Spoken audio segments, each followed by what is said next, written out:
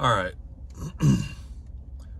This video has nothing to do with crossfire injection or the third gen F body, anything like that. It's more of a rant video, which I'm not a big fan of doing, but where do these Facebook and message board experts come from? I really don't understand it. As I've mentioned on this channel before, I've been off Facebook for a long time. I used to, I was in all of the, the little crossfire injection groups, the third gen F body groups, stuff like that. And I logged back in, after like over a year and a half of being off of it, just to get a couple of pictures and stuff like that. And while I was on there, I happened to kind of browse through a couple of these groups, and I can't even put it into words how ridiculous 99.9% of these comments are in these groups. There was one that caught my eye, and it was a kid that posted it. It was probably, he's probably 17, 18 years old. He's a teenager. And he put a post on, he had an 84 Z28 and with rear drums, and was doing his first, admitted this was his first drum brake job, and was wondering how the springs went back together because he lost track of how the springs went back, And I think there was like 40 comments at the time that I saw this. And I swear to God, 38 of them were telling this kid, who probably works a part-time job and is still in high school, to get rid of the drum brakes, and how much better Willwood brakes or some kind of an aftermarket disc brake would be than messing with old drum brakes. That's not what the kid asked. Are these people stupid? There was another one on there about adjusting a feedback quadrajet, also on an 84 Camaro. And there's people saying on there, oh, rip that garbage off, put a Holly on it, because he was having problems with the car idling. And this one genius, this guy must be an engineer for somebody. It's too bad Rochester or General Motors couldn't have got their hands on him. He was saying, replace the idle air control valve. Okay, when was the last quadrajet? When was the last time you saw a quadrajet with an idle air control valve? Stupid. I've had comments on my own videos, and it's to be expected. The one that really irritated me a little bit was the one on my the steering box adjustment that I had posted. And I specifically state to tighten the cap down on the input to 30 foot-pounds, and you back it off and whatever to do the adjustment. And there's people on there, and my books, my Haynes manual says 20 foot-pounds. It's not 30. You're giving out wrong information. Okay, well, there's a reason Haynes books cost $20, and there's a reason factory service manuals cost over $200. I have every factory service manual for every year of the third generation F body from 82 to 92, and every single one of them states 30 foot-pounds. Then I get another comment on there. Well, I don't understand. You need to show the procedure, and because and not just say it. Well, if you can't understand simple verbal instructions, you have no business pulling out a steering box, let alone screwing with it. I seriously think these people that just sit there and troll these forums and message boards and Facebook pages and YouTube channels are the ones that, they sucked as kids, and, they were the ones getting participation ribbons because they sucked at whatever they were doing. They didn't win at anything. So now this is their chance to run their mouth and feel important and feel like somebody. And the unfortunate thing is, a lot of people who don't know better, and like I said, I don't make videos. I mean, granted, I don't have many videos, it's a very specific group of people that these videos target with a very specific group of cars. But I don't make these videos to, coming off like I'm an expert or anything like that, or I'm a know-it-all. I'm neither one. I make videos on the stuff that 99% of people don't know how to do or do incorrectly. But it's just, a lot of these people take this stuff, and I mean, there was one in one of the Mopar groups that I follow about replacing a water pump on like a 65 Barracuda. And, you got to go get a Milodon high flow water pump, and this and that for $150, and for a stock 273 2-barrel, keep in mind. Okay. Why do people want to run their mouth and spend other people's money? It's funny, these people, it's like every what am I trying to say? All this stuff online is like, it gives people I guess a false sense of balls or something, that, they can sit there and run their mouth, because they don't do it in person. They won't call you out in person at a car show or at a drag strip or anything like that. But like I said, it's just ridiculous, some of the stuff that you read. And, like I said, there's so much misinformation out there. It's mind blowing.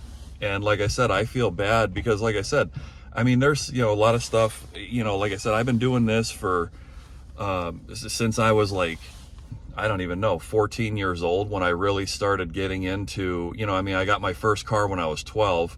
I got my second car when I was 15. The stuff that I learned, my dad showed me a whole ton of stuff as I was growing up, as I was a kid. I mean, he gave me an old, let me use an old, DeVilbiss, siphon feed gun. And I primered my Bigfoot Power Wheels when I was like 6 years old. So I mean, I've been doing this stuff literally my whole life, but I don't understand it for the life of me. And,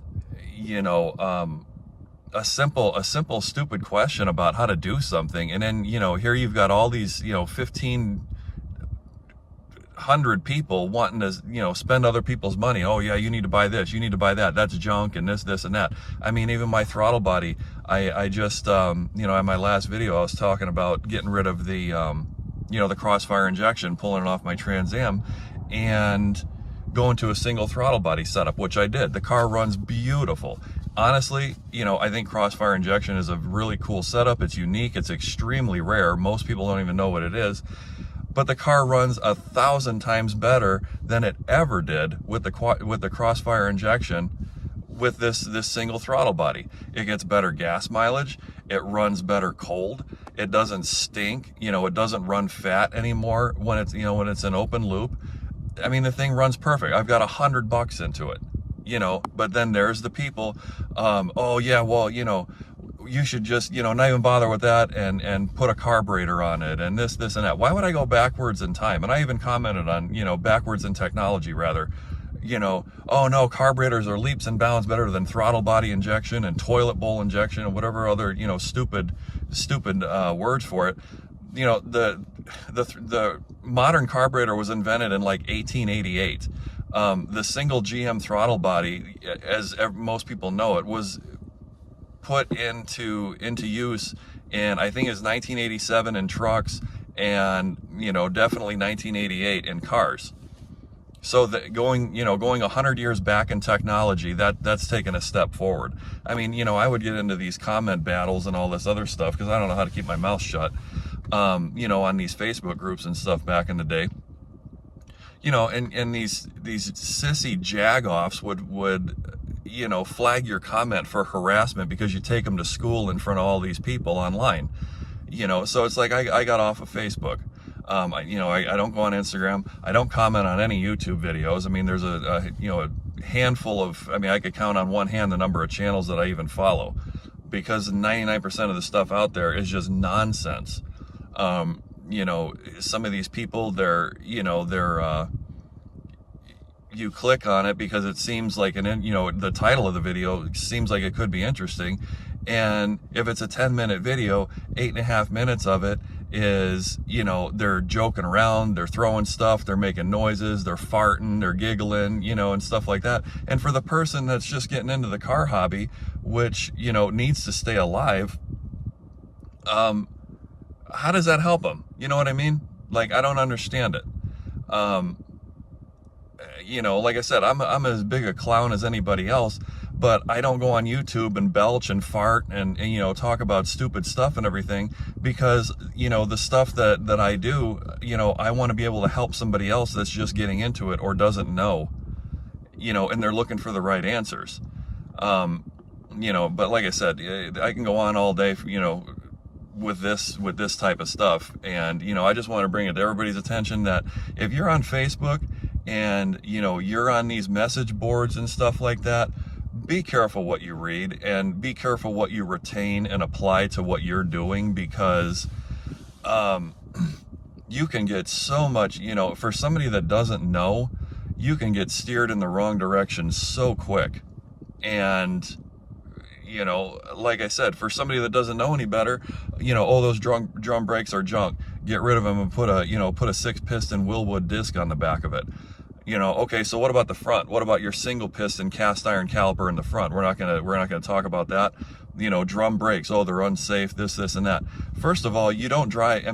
My last car that I built before my Chevelle was a 69 Nova, big block, 4-speed, 3,200 pound pressure plate, no power steering, no power brakes. It had 4-wheel drums on it. It was a high 11-second street car. And I never had a single problem slowing the car down. You don't drive a car with 4-wheel drum brakes like it has 4-wheel disc brakes with anti-lock and stability control and all this other stuff. You adapt to what you're driving. All over the place. People are tailgating. They're, half the time on the freeway, it looks like cars are towing the car behind them because they're riding so close. You don't drive a car with 4-wheel drums like that. They're safe if you don't drive it like an idiot. I don't understand. It's just, people are like sissies nowadays. Like I said, if it doesn't have, I remember one, not to keep going on about this, but I remember one that I read, and it was again in this Mopar forum. The guy was asking about how to put heated seats or a heated seat element in his Barracuda. It was like a 66 Barracuda, and it's like, my first thought was, well, if you don't, change out of your skirt and put on a pair of jeans and you won't be cold. You know what I mean? Don't buy a 55, 60-year-old car, 50-year-old car and complain that, it rides like a dump truck, and, the 24-to-1 steering box, isn't as responsive as a new car. You want a new car, buy a new car. But like I said, everybody's got something to say, and it's, it literally pisses me off to no end, and that's why I steer clear of it. But like I said, I'm gonna, getting back to the Trans Am, I'm gonna make a video, about the throttle body swap, and or upload it rather, and show it running and everything. But yeah, just like I said, getting back, just be careful what you read and be careful what you retain and apply, because it's just absolute nonsense. These people are idiots. 99% of these YouTube channels are idiots. They're building cars for burnout contests and stuff like that. I had slant 6 1-barrels when I was 16 years old that I can sit there and brake torque and smoke out an intersection with. I don't know. I just don't understand it. But I just wanted to get on, and you know, like I said, I'm not one for ranting in videos like this, but it's just, I mean, I had to say something because, like I said, especially if you're going to start commenting stupid stuff on my videos, you know, I don't even remove the comment, you know, but I will, if what you're posting in response to what I post on YouTube is wrong, then I'm going to take you to school and train you like a dog in front of everybody. Okay, so keep that in mind before you leave stupid comments and stuff like that. You know, so that was it. And, you know, I'll upload a video, another one probably tomorrow, going over everything with the Trans Am and how it's running and stuff like that. So I'll see you guys later.